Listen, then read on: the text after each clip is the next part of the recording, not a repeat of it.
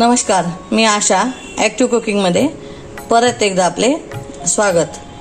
आज आपण बनवूया उपवासाची खमंग अशी आमटी।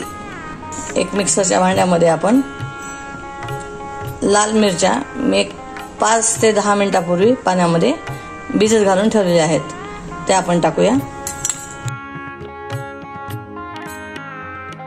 नंतर एक अर्धी वाटी शेंगदाणे, म्हणजे आपण 5 ते 6 वाटी आपल्याला याची आमटी बनवता येते। याच्यामध्ये थोडंसं 2 चमचे दही घालायचे। तुम्हाला आंबट आवडत असेल तर थोडं जास्त घातलं तरी चालतंय। जर तुम्हाला दह्याचं दही नाही आहे तर आमटी करायची, त्यावेळेस मात्र आपण लिंबू वापरायचं। आता मी याला मिक्सरमध्ये बारीक करून घेते। आपण पाहू शकतो की आपण मिक्सरमधून याला बारीक करून घेतलेलं आहे। आता आपल्याला जितकं हवं तेवढं आपण पातळ आमटी आता ह्याची बनवू शकतो। तर आपण आता गॅसवर कढई गरम करायला ठेवूया। गॅसवर कढई गरम करायला ठेवल्यास जर तुम्हाला कुणाच्या घरी उपवासाला तूप लागतं किंवा कुणाच्या घरी उपवासाला तेल पण चालतं, तेल म्हणजे कोणतं, शेंगदाण्याचं, आपण याच्यामध्ये थोडंसं तूप टाकून घेऊया। तुपानं चविष्टही लागते आणि छानही लागते। कारण उपवासाचे केले तर खूप सारे प्रकार असतात, सोपे सोपे आणि छान। पण उपवास असा कोरडा सोडल्यानंतर कसं होतं की आपल्याला त्रास होतो, म्हणून हा उपवासाची आमटी एक मस्त ऑप्शन आहे। कशासोबत खाता येतं, अतिशय सुंदर लागतं, काही नाही टाकलं तरी।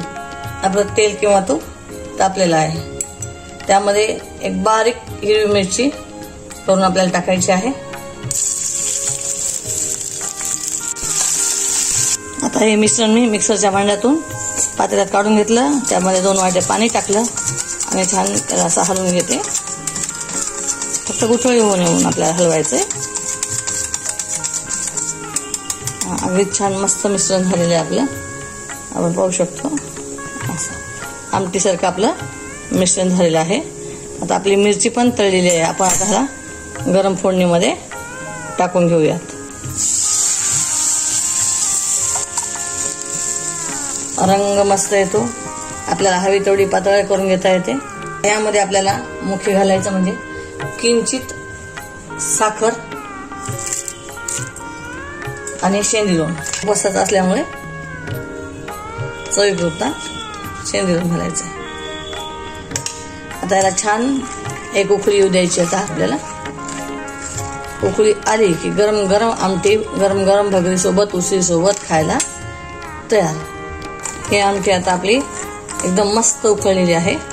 आता एखाद्या बाउलमध्ये हिला काढून घेऊया आणि गरम गरम आमटी नुसती जरी तुम्ही खाल्ली तरी छान लागते।